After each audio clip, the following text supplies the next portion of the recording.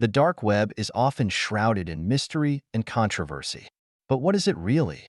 In this video, we'll demystify the dark web, explain how to access it safely, and discuss its risks and ethical implications. Understanding the dark web is crucial in today's digital age, whether you're curious about online privacy or just want to stay informed. First, let's differentiate between the surface web, deep web, and dark web.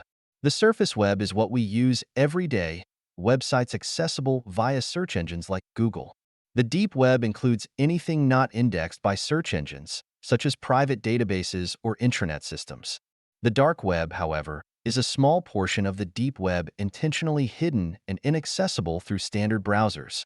It requires specific tools, like the Tor browser, to access. The dark web hosts a variety of content, some of which is illegal, but also serves as a platform for anonymous communication and whistleblowing.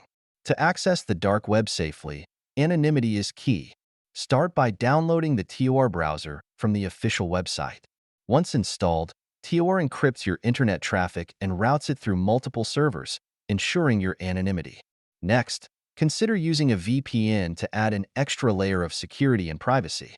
A VPN masks your IP address and can prevent your ISP from knowing you're using Tor. When using the dark web, always stay cautious. Stick to known directories like the hidden wiki to find .onion sites, and avoid clicking on unfamiliar links. Be aware that downloading files or providing personal information can be risky. The dark web is rife with potential dangers, from legal risks to malware and scams.